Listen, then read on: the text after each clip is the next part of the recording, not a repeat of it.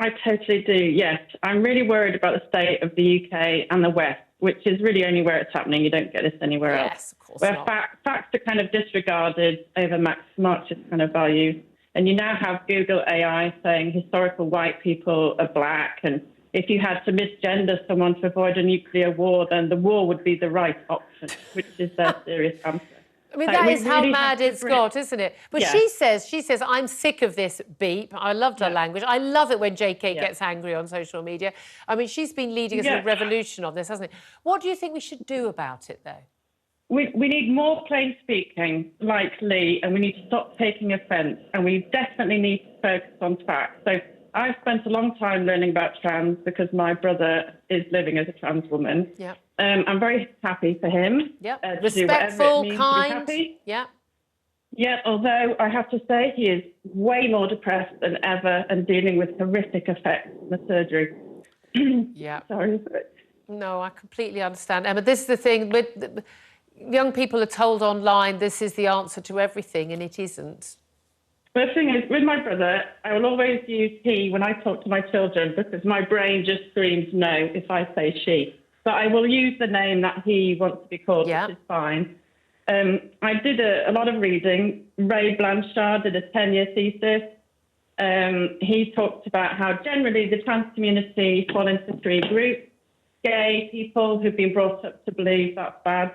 Autistic, people escaping trauma. Yeah. So there are men and there are women, and there is a spectrum of how feminine and masculine you can be. Yeah. And that's totally fine.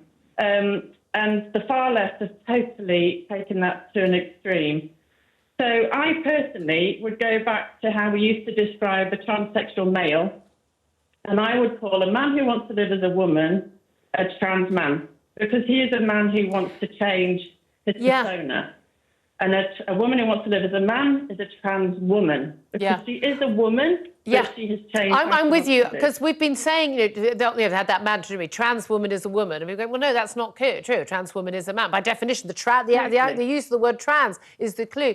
And there's been a survey recently, something like 40% of people think when you're referring to a trans woman as a woman, they actually genuinely think that that person is a woman. They don't understand the terms. We need to stop using that. I would say, trans-identified man. Okay, you could identify as trans, but again, as other people are saying, like when they read this copy, again, the Scarlet Blake case, I thought this was a woman. I didn't realise when I saw the picture, I went, oh, hello, and then saw the tweets, went, right. Yeah. Same with the awful murder of the victim, in this case, rather than the perpetrator, Brianna Ghey. Again, trans teenager. Brianna was a boy. But you don't see that written anywhere. Brianna was a boy. Yeah, people in the future are going to look back at data and they'll be like, what happened to women post-2018? Why did they start murdering and raping people in big numbers?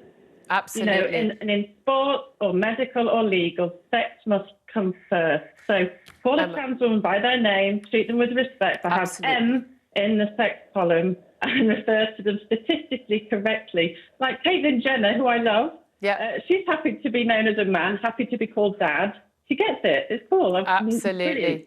Absolutely. Emma, really appreciate your call. Thank you very much. And I hope things work out for your brother as well, Emma in York there.